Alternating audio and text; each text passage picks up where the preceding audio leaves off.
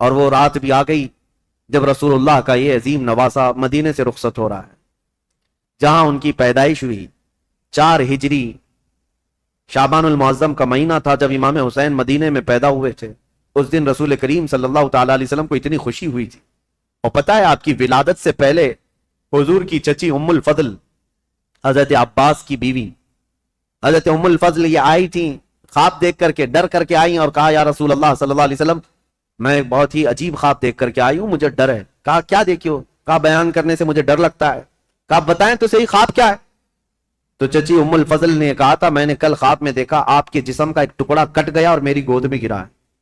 حضور نے فرمایا گھبرانے کی ضرورت نہیں، فاطمہ کے گھر بیٹا پیدا ہوگا اور وہ پرورش کے لیے تمہاری گود میں ڈالا جائے گا، اور فاطمہ کا بیٹا میرے جسم کا ٹکڑا ہے۔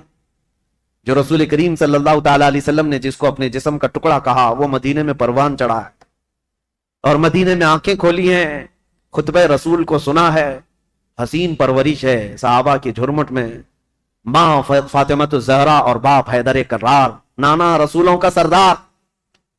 اس عظیم جوان کو میدان میں اترنے کے لیے اب جو وقت آیا وہ عجیب اتفاق تھا کہ اپنا شہر چھوڑنا ہوا۔ امام حسین کہتے ہیں میرے نانا نے یہ فرمایا تھا کہ ہر نبی اس جگہ دفن ہوتا ہے جو جگہ اسے سب سے زیادہ محبوب ہوتی، لہذا سید الانبیاء جہاں دفن ہے تو مدینہ ان کو سب سے زیادہ محبوب ہے۔ لیکن عجیب اتفاق ہے اے حسین، رسول کا جو سب سے محبوب علاقہ ہے وہ مجھ سے چھوٹا چلا جا رہا ہے۔ امام حسین اپنے خاندان کو لے کر حضور صلی اللہ علیہ وسلم کے روضے پر آئے اور آتے ساتھ رو پڑے، کہا نانا جان یہ وہی شہر ہے جہاں میں آپ کے کندھوں کی سواری کرتا تھا، یہاں کے در و دیوار گواہ ہیں اور یہاں موجود لوگ بھی گواہ ہیں کہ آپ سے جو میری محبت تھی یا مجھ سے جو آپ کی محبت تھی اس کے قصے مشہور ہیں۔ لیکن آج میں مدینے سے رخصت ہو رہا ہوں، اس لیے نہیں کہ مجھے کوئی جائیداد بنانی ہے، صرف اس لیے کہ آپ کے دین پر کوئی آنچ آنے نہ پائے۔ امام حسین حضور اکرم صلی اللہ تعالی علیہ وسلم کے روضہ اطہر سے اجازت لیتے ہوئے نکلے تھے۔ مدینے والے کہتے ہیں وہ عجیب سما تھا کہ مدینے والے دیکھتے رہ گئے۔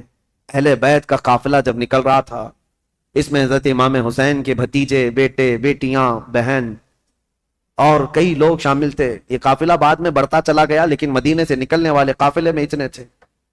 اور پھر امام حسین اپنی والدہ ماجدہ سیدہ کائنات فاطمہ الزہرا کی قبر کے پاس آئے اور بے اختیار رو پڑے، اپنی ماں کو آخری مرتبہ سلام کہہ رہے تھے۔ مدینے والے کہتے ہیں کہ حسین کا جانا ہم نے دیکھا تھا، حسین واپس مدینے کبھی نہ آئے، اور مدینے والے روکتے رہے کہ ہم آپ کی بیعت بھی کریں گے اور آپ کی حمایت بھی کریں گے، آپ مدینے سے نہ جائیں۔ کئی لوگ آپ کے جبے کو تھام کر پکڑے ہوئے تھے، کہا ہم آپ کو چلتا پھرتا دیکھتے ہیں تو رسول اللہ کی یاد آتی، ہم آپ کو یہاں محسوس کرتے ہیں تو ہمیں نبی پاک کی خوشبوئیں محسوس ہوتی ہیں، آپ اگر مدینہ خالی کر کے جائیں تو ہمیں بتائیں رسول اللہ کے گھر میں اب بچا کون؟ آپ کے بھائی شہید ہو چکے، امام حسن، آپ کے باپ بھی نہیں ہیں، رسول اللہ کے گھر کی ایک نشانی آپ ہیں، اور آپ جا رہے ہیں اور اپنی اولاد کو بھی لے جا رہے ہیں۔ کیا مدینہ رسول اللہ کے گھر سے خالی ہو جائے گا؟ اگر رسول اللہ کا گھر یہاں نہیں ہے تو پھر کس کا گھر رہے گا؟ مدینے والوں کی وہاں پر جو بہتابی تھی، آہو فغاں تھے، یہاں تک کہ وہ لوگ لڑنے کو تیار ہوئے اور تلواریں نکال چکے تھے۔ کہا حسین ابن علی ہماری تلواریں ہیں آپ کے ساتھ ہیں، اللہ کا واسطہ دیتے ہیں آپ نہ جائیں۔